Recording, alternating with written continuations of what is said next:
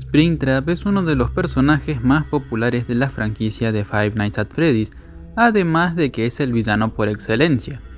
Claro, está Eleanor, que la verdad no hay para tanto, y Mimic, que ahí va yendo, creo que al menos se va construyendo bien, y sí, sé que también está Fazbear, pero no sé, es el cliché de la empresa maligna, así que me da un poco igual. Pero no cabe duda de que Springtrap es uno de los más icónicos villanos de esta franquicia. Sin embargo, hace unos días en Twitter había visto algo realmente interesante, y es sobre los castigos de William Afton. Y en estos castigos estaría su muerte en el traje de Spring Bonnie, a lo que dije que al menos en su época esto se veía muy bien, en el sentido de que Afton había perecido en aquel objeto que usó como una herramienta para matar. Se había vuelto en su contra. Pero con el tiempo pude notar que este mismo personaje ha perdido su significado. ¿Qué es lo que quiero decir con esto? Pues averigüémoslo, así que espero que este video les guste, quédense hasta el final y sin más que decir, comencemos. Ok, cabe aclarar que esta es una opinión personal, no digo que todos tengan que compartirla, pero creo que podríamos estar de acuerdo. Aún así, si quieren, pueden dejar su opinión en los comentarios, si lo creen o no. Ustedes decidirán. Pero bueno, como sabemos, Springtrap fue un fenómeno en su época. Uno de los mejores conceptos para Five Nights at Freddy's, el que el asesino de la saga, al cual veríamos persiguiendo desde el primer juego, de repente, en la tercera entrega, estuviese frente a nosotros. Aún recuerdo cuando la gente solía ver el jumpscare de Springtrap y veía una boca humana dentro del traje. Todos se quedaron atónitos al saber que el animatrónico de esta atracción de terror no estaba vacío, entre comillas, técnicamente hablando. Tenía un cuerpo en sí mismo.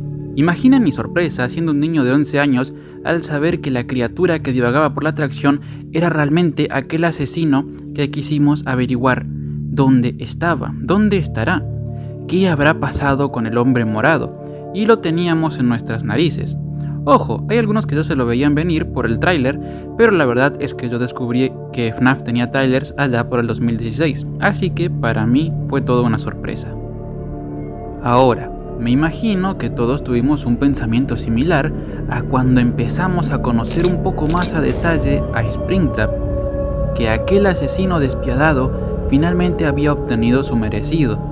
La venganza de los niños se había concretado. Ahora estaba solo él, nadie más.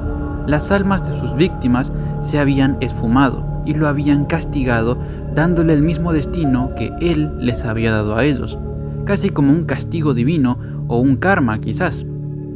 Jamás pudo pensar que él mismo sería víctima de su propia creación, aquel traje que consideraba su herramienta, esa parte de él que se había vuelto en su contra. Creyó que podía volver a engañar a los niños otra vez, que quizás aún le tendrían miedo, pero la verdad es que el que estaba muerto de miedo era él. Fue así como tras creer que había logrado su cometido, la verdad es que él mismo se encerró en la que sería su propia jaula, para siempre. En el momento que el primero de los resortes se aflojó por las risas de aquel hombre, su destino estaba sellado.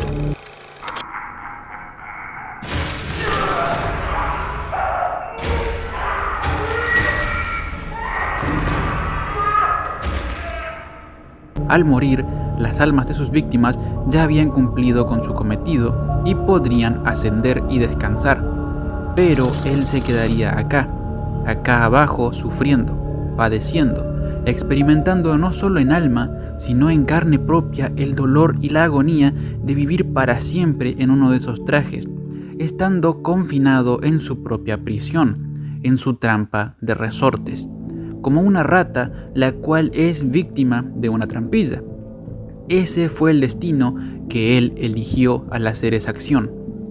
Tras pasar 30 años, o bueno, ahora sabemos que realmente no fueron 30 años, sino que fueron como unos 8, pero bueno, en ese entonces sonaba más macabro, aquel hombre fue rescatado, entre comillas, por unos trabajadores de la atracción. Sin embargo, como dije, Ahora le tocaría a él experimentar en carne propia el sufrimiento que las almas tuvieron que pasar. Y eso se incrementó más sabiendo en la época de Sister Location que se había forjado también la teoría de Will Kerr o William Buen Padre, ya saben, esa mamadota.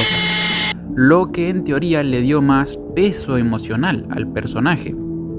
Al principio estaban las teorías de que William Afton sufría en el animatrónico, ahora conocido como Springtrap, denominado así por él mismo. Muchos pensamos, gracias a las death screens, que William padecía en el traje, que prefería morir de una vez a seguir teniendo este dolor. Podíamos verlo en las pantallas, la forma en cómo el asesino agonizaba y luchaba por arrancarse ese traje, por desprenderse de él. Ahora este traje estaba fusionado a él mismo.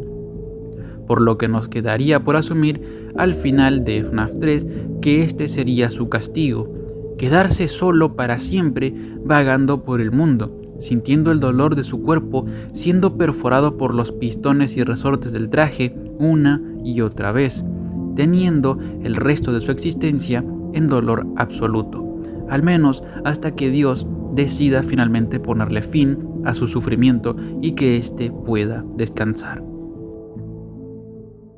Sin embargo, eso nunca pasó. Todo esto es muy bonito y hasta parece que fue escrito por el mayor maestro de la literatura, pero la realidad, o más bien el canon, es diferente. Resultó ser que tras ir en conocimiento más sobre el trasfondo del personaje y demás, gracias a Freddy Fazbear's Pizzeria Simulator y a The Fourth Closet, nos dimos cuenta que realmente a William Afton no le molestaba ser así, de hecho hasta le gustaba. Tremendos gustos raros tenía el viejo.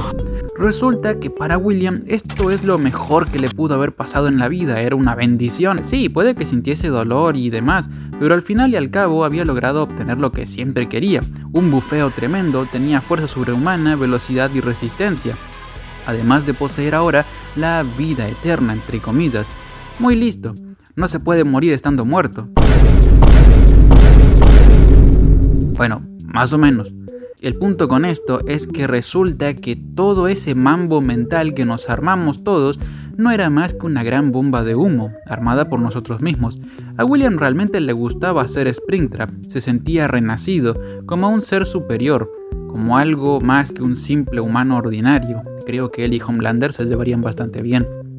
Claro, en las novelas se quitó el traje porque ya no podía del dolor, y porque en esta continuidad Elizabeth sí tiene manos capaces como para poder realizar la tarea de remover un traje Springlock. El punto de todo esto es que creo que en cierto modo lo que yo creo que debió ser el castigo definitivo para este monstruo fue su mayor bendición. Y la verdad no sé en qué pensaba Scott al momento. Claro, supuestamente es para explicar más a detalle la posesión y la agonía, pero creo que cambiar el tormento por un premio no fue la mejor idea. Creo que se pudo haber explicado mejor el concepto, aún sin ser una forma raramente extraña en que a William le guste andar en forma de conejo verde para el resto de su vida. Aunque bueno, el tipo era un furro, nada más miren cómo ve ese traje. Pero bueno amigos, solo es una opinión mía. Eso ya díganme ustedes qué les parece. ¿Creen que fue buena o mala idea que se hubiese hecho este, entre comillas, cambio? Los estaré leyendo en los comentarios. Sin más que decir, espero que el video les haya gustado. Si fue así, dejen su like, suscríbanse y sin más que decir, nos vemos en la próxima.